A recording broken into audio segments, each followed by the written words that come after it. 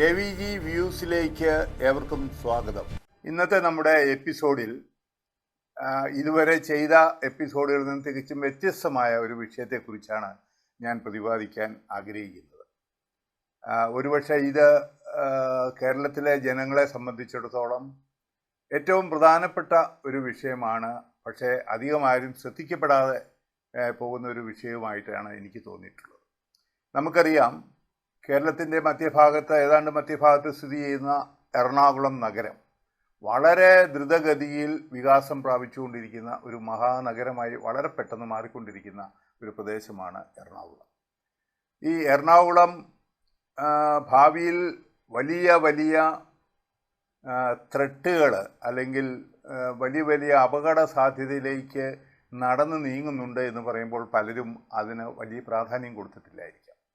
നമുക്കറിയാം, ഇന്ന് ലോകം മുഴുവൻ അംഗീകരിച്ചൊരു വസ്തുതയാണ് ഗ്ലോബൽ വാർമിംഗ്. നമ്മുടെ ഭൂമിയുടെ ഉപരിതലം പെട്ടെന്ന് ചൂട് പിടിച്ചുകൊണ്ടിരിക്കുന്നു. ഇവിടെ കേരളത്തിൽ മാത്രമല്ല, ലോകത്തെമ്പാടും അതാണ് സ്ഥിതി. അതിന് കാരണം ഹരിതവാതകങ്ങളുടെ ബഹിർഗമനമാണ്. നാം അന്തരീക്ഷത്തിൽ കാർബൺ ഡൈ ഓക്സൈഡിൻ്റെ അളവ് കൂടുന്നു. കാർബൺ ഡൈ ഓക്സൈഡ് അറിയാം, വളരെ സെൻസിറ്റീവായിട്ട് അന്തരീക്ഷത്തിലുള്ള ഒരു വാതകമാണ്. അതിൻ്റെ അളവിൽ ചെറിയ വ്യത്യാസം പോലും വലിയ കാര്യങ്ങളിലേക്ക് നയിക്കുമെന്നുള്ളതാണ്. അതുകൊണ്ട് കാർബൺ ഡൈ ഓക്സൈഡിൻ്റെ അളവിൽ വരുന്ന വ്യതിയാനം, അത് നമുക്കറിയാം, ഓട്ടോമൊബൈൽ അല്ലെങ്കിൽ നമ്മൾ വിറക് കത്തിക്കുക, അങ്ങനെയൊക്കെയുള്ള പല ആക്ടിവിറ്റീസൊന്നും കാർബൺ ഡൈ ഓക്സൈഡിൻ്റെ അളവ് അന്തരീക്ഷത്തിൽ. അപ്പം കാർബൺ ഡൈ ഓക്സൈഡ് അന്തരീക്ഷത്തിലേക്ക് ബഹിർഗമിക്കുന്നു. അതുപോലെ മീഥെയ്ൻ എന്ന് പറയുന്ന ഗ്യാസ്, അങ്ങനെ ഫ്ലൂറോ കാർബൺ, നമ്മുടെ ഫ്രിഡ്ജിൽ നിന്നും AC-യിൽ നിന്നുമൊക്കെ പുറപ്പെടുവിക്കുന്ന പദാർത്ഥങ്ങൾ, ഇതെല്ലാം അന്തരീക്ഷത്തിൻ്റെ സന്തുലിതാവസ്ഥയെ അല്പമെങ്കിലും തകിടം മറിക്കുന്നതും അന്തരീക്ഷത്തിൻ്റെ ചൂട് വർദ്ധിപ്പിക്കുന്നതുമായ ഘടകങ്ങളാണ്. നമുക്കറിയാം, ഇത്തരം ഹരിതവാതകങ്ങൾ പുറന്തള്ളുമ്പോൾ അവ ഭൂമിയിൽ നിന്നും വരുന്ന ഭൂമിയിൽ നിന്ന് റേഡിയേഷൻ ഹീറ്റിനെ അറ്റ്മോസ്ഫിയറിലേക്ക് പോവാതെ തടഞ്ഞു നിർത്തുകയും അന്തരീക്ഷത്തിലെ ചൂട് വർദ്ധിപ്പിക്കുകയും ചെയ്യുന്നു. ഇതാണ് നടന്നുകൊണ്ടിരിക്കുന്നത്. ഞാൻ പറഞ്ഞു വന്നത്, അതൊക്കെ അതിൻ്റെ പിന്നിലെ ഇതിലൊക്കെ ഉപരിയായിട്ട് എന്ത് ഇഫക്റ്റാണ് ഇത് നമ്മുടെ ജനങ്ങളുടെ മുകളിൽ, കേരളത്തിലെ ജനങ്ങളിൽ എന്ത് ഇഫക്റ്റാണ് ഉണ്ടാക്കുന്നത്, അല്ലെങ്കിൽ എറണാകുളം പോലെയുള്ള ഒരു വൻ ദ്രുതഗതിയിൽ വളർച്ച പ്രാപിക്കുന്ന ഒരു നഗരം ഭാവിയിൽ അറബിക്കടലിൽ മുങ്ങിത്താഴുമെന്ന് പറയുമ്പോൾ നിങ്ങൾക്കൊക്കെ പലർക്കും വിശ്വസിക്കാൻ പ്രയാസമായിരിക്കും. പക്ഷേ അതൊരു ശാസ്ത്ര സത്യമായിട്ടാണ് ഇന്ന് നിലനിൽക്കുന്നത്. നമുക്ക് ഇതിനു വേണ്ടി പല സംഘടനകളൊക്കെ ഫോം ചെയ്തിട്ടുണ്ട്. ഗവൺമെൻറ് ലെവലിൽ തന്നെ അതിനുള്ള ആക്ഷൻ പ്ലാന് എടുത്തിട്ടുണ്ട്. അടുത്ത 50 വർഷത്തേക്കുള്ള സംഭവവികാസങ്ങൾ മുൻകൂട്ടി കണ്ടുകൊണ്ട്. നമുക്കറിയാം, ഇപ്പോൾ തന്നെ എറണാകുളം ഒരു ചതുപ്പ് പ്രദേശം പോലെയാണ് അറിയപ്പെടുന്നത്. ചതുപ്പ് നിലമാണ്. അവിടെ നമുക്കറിയാം, കൊതുകിൻ്റെ ശല്യം വളരെ കൂടുതലാണ്. പക്ഷേ എങ്കിലും ജനങ്ങൾ എറണാകുളത്തേക്ക് തള്ളിക്കയറുകയാണ്. ജനങ്ങൾ തള്ളിക്കയറുന്നത് എന്തുകൊണ്ടാണെന്ന് ചോദിച്ചു കഴിഞ്ഞാൽ, വെർട്ടിക്കൽ ലീവിങ്, മുകളിലേക്കുള്ള ഫ്ലാറ്റുകൾ, അന്തരീക്ഷത്തിലേക്ക് വരുന്ന വൻ ഫ്ലാറ്റുകളാണ് എറണാകുളത്ത് എവിടെയും നമുക്ക് കാണാൻ കഴിയുക. അപ്പോൾ ഈ ഹൊറിസോണ്ടലായിട്ട് ഓരോരോ വീടുകൾ വെച്ച് പല പ്രദേശത്തായി താമസിക്കുന്ന രീതി പാടെ മാറി എറണാകുളം പോലെയുള്ള പ്രദേശങ്ങളിൽ എല്ലാവരും ഫ്ലാറ്റുകളിലാണ് താമസിക്കുന്നത്. അപ്പോൾ ഈ വെർട്ടിക്കൽ ലിവിങ്, ഒരു 22 നില ഒരു ഫ്ലാറ്റ് പണിയുമ്പോൾ അത് ഏൽപ്പിക്കുന്ന ആഘാതശേഷി, ഗ്രൗണ്ടിൽ ഏൽപ്പിക്കുന്ന ആഘാതശേഷി, അങ്ങനെ ഒരു പ്രദേശം മുഴുവൻ അതുപോലെയുള്ള ഫ്ലാറ്റുകൾ. എനിക്കറിയാം, ആലുവയിൽ തന്നെ ഒരു പ്രദേശത്ത് തന്നെ 22 നിലയുടെ 6 ഫ്ലാറ്റുകളാണ് ഒരു ഏക്കർ സ്ഥലത്തിനുള്ളിൽ വന്നിരിക്കുന്നത്. അപ്പോൾ അത്തരം വൻ കെട്ടിടങ്ങൾ തീർച്ചയായിട്ടും ആ പ്രദേശത്തെ ഭൂമിയുടെ സബ്സിഡൻസിന് താഴ്ന്നു പോകുന്നതിനുള്ള സാധ്യത വർദ്ധിപ്പിക്കുന്നുണ്ട്.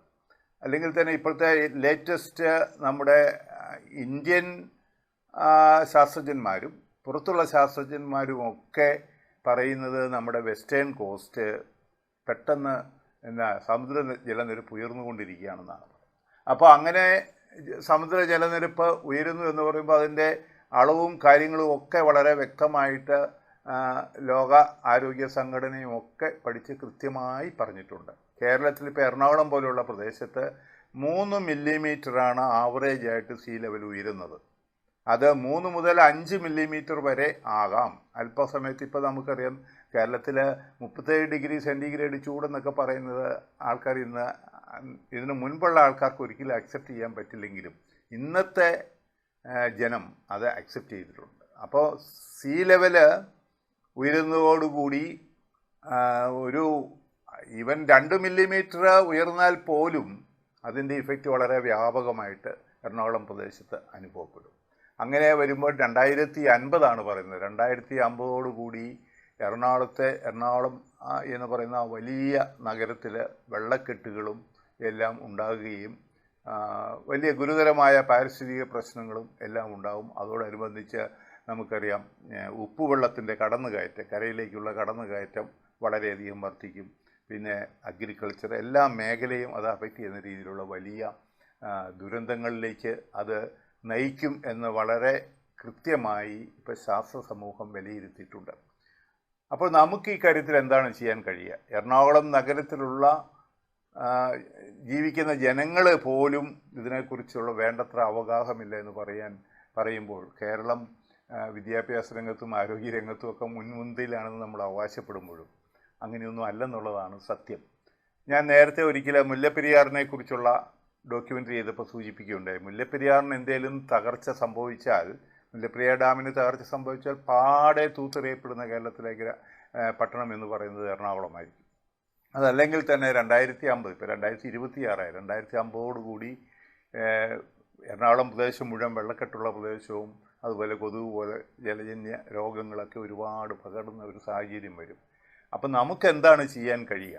അതാണിപ്പം നമുക്ക് ആലോചിക്കേണ്ടത്. ഇതിനെങ്ങനെ ഒരു പ്രതിവിധി കാണുവാൻ കഴിയും? നമുക്കറിയാം ലോകത്തിലെ ഏത് പ്രശ്നങ്ങൾക്കും പ്രതിവിധിയുണ്ട്. പ്രതിവിധി ഇല്ലാത്ത പ്രശ്നങ്ങളൊന്നും തന്നെയില്ല. ഈ കാര്യം ഒരിക്കൽ ചൂണ്ടിക്കാട്ടിയപ്പോൾ നമ്മുടെ ഹിന്ദു പത്രത്തിലെ ലേഖകന്മാർ വലിയൊരു ആർട്ടിക്കിൾ എഴുതുകയുണ്ടായി. അതിനകത്ത് ഞാൻ പറഞ്ഞിരുന്ന കാര്യം ഇത്രയേ ഉള്ളൂ. എറണാകുളം പോലെയുള്ള ഒരു നഗരം ഒരിക്കലും ഒരു റെസിഡൻഷ്യൽ ഏരിയ ആക്കി മാറ്റാൻ പാടില്ല എന്നുള്ളതാണ്. അതൊരു ബിസിനസ് സെൻ്ററാണ്. ബിസിനസ് അവിടെ നടത്താം. നമുക്ക് പെട്ടെന്ന് അവിടുത്തെ ബിസിനസ് ഒന്നും മാറ്റാൻ പറ്റില്ല.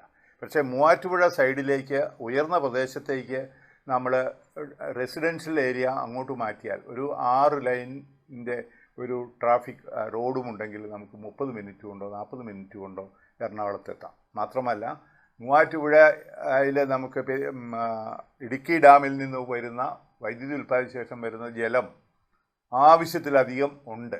അപ്പോൾ നമുക്ക് അവിടെ ജലസമൃദ്ധമായൊരു പ്രദേശം അടുത്ത് കിടക്കുന്നു. അതുകൊണ്ട് നമ്മുടെ റെസിഡൻഷ്യൽ ഏരിയ തീർച്ചയായിട്ടും മൂവാറ്റുപുഴ സൈഡിലേക്ക് മാറ്റുക എന്നുള്ളതാണ് നമുക്ക് ചെയ്യുക. അങ്ങനെ ഒരു പദ്ധതിയാണ് നമുക്ക് വേണ്ടത്. അങ്ങനെ ഒരു ബൃഹത്തായൊരു പദ്ധതി നമ്മുടെ ഗവൺമെൻറ്റിനും സെൻട്രൽ ഗവൺമെൻറ്റിനും കേരള ഗവൺമെൻറ്റിനും ഒക്കെ സമർപ്പിക്കുകയും എറണാകുളം ഭാവിയിൽ നേരിടാൻ പോകുന്ന വലിയൊരു ദുരന്തത്തിന് ഒരു പരിധി വരെ നമുക്ക് ഒരു അറുതി വരുത്തുവാനും സാധിക്കും. നമ്മുടെ കെട്ടിട നിർമ്മാണ ചട്ടങ്ങളിൽ വേണ്ട ഭേദഗതികൾ വരുത്തിക്കൊണ്ട് എറണാകുളം നഗരത്തിൽ നിന്നൊക്കെയുള്ള വലിയ കെട്ടിട സമുച്ചയങ്ങൾക്കുള്ള പെർമിഷന് റെസ്ട്രിക്റ്റ് ചെയ്യുകയും അത് മൂവാറ്റുപുഴ സൈഡിലേക്ക് മാറ്റുകയും ചെയ്താൽ ഒരുപക്ഷെ കേരളം ഭാവിയിൽ നേരിടാൻ പോകുന്ന വലിയൊരു വിപത്തിനെ നമുക്ക് ഭംഗിയായി നേരിടാൻ കഴിയും. അതോടൊപ്പം ഞാൻ നേരത്തെ സൂചിപ്പിച്ച മുല്ലപ്പെരിയാറിന് എന്തെങ്കിലും സംഭവിക്കുമ്പോൾ എറണാകുളത്തിലെ ജനങ്ങൾ വളരെയധികം കഷ്ടപ്പെടേണ്ടി വരും. കാരണം നമ്മൾ വിചാരിക്കുന്ന പോലെ വാഹനങ്ങളൊക്കെ എടുത്ത് പുറത്ത് രക്ഷപ്പെടാമെന്നായിരിക്കും ജനങ്ങൾ വിചാരിക്കുന്നത്. പക്ഷെ അത് ഒരിക്കലും സാധ്യമാവില്ല. കാരണം റോഡുകളെല്ലാം ട്രാഫിക് കൊണ്ട് തിങ്ങി നിറഞ്ഞ് പിന്നെ ആർക്കാണ് രക്ഷപ്പെടാൻ പറ്റുക? അത് രക്ഷപ്പെടാൻ പറ്റുന്നത് കായലിൻ്റെ തീരത്തുള്ള വല്ല കടത്ത് വഞ്ചിയോ ബോട്ടോ ഒക്കെ ഉണ്ടെങ്കിൽ ആ ബോട്ടിലൊക്കെ കയറി കടലിലേക്ക് പോയാൽ കുറേ പേർക്ക് രക്ഷപ്പെടാൻ പറ്റുമായിരിക്കും.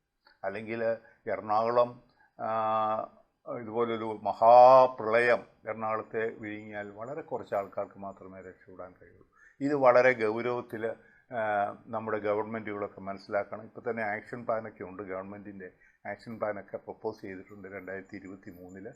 തീർച്ചയായിട്ടും അതോടൊപ്പം തന്നെ എറണാകുളം പോലെ പ്രദേശങ്ങളിൽ ലക്ഷക്കണക്കിന് ആൾക്കാർ അവരിതിനെക്കുറിച്ച് ഒരു അവബോധമുള്ളവരായിട്ടും മാറണം. ഒരു മഹാപ്രളയം വന്നാൽ രക്ഷപ്പെടാൻ എന്താണ് മാർഗം? അതുപോലെ തന്നെ ഇതുപോലെ പതുക്കെ ഗ്രാജ്വലി സ്ലോ ആയിട്ട് വരുന്ന ഡിസാസ്റ്റർ, ഇതുപോലുള്ള സീ ലെവൽ റൈസ് കൊണ്ട് വരുന്ന ഡിസാസ്റ്ററിനൊക്കെ നമുക്ക് എങ്ങനെയാണ് ഫലപ്രദമായി നേരിടാൻ പറ്റുന്നത്? ഈ രണ്ട് കാര്യങ്ങൾ അത്യാവശ്യമായി നമ്മുടെ ഭരണാധികാരികളും എറണാകുളം പ്രദേശത്ത് താമസിക്കുന്നവരും ഇനി അങ്ങോട്ട് താമസം മാറ്റുവാൻ ആഗ്രഹിക്കുന്നവരൊക്കെ മനസ്സിലാക്കണമെന്നുള്ളതാണ് എനിക്ക് പറയുവാനുള്ളത്.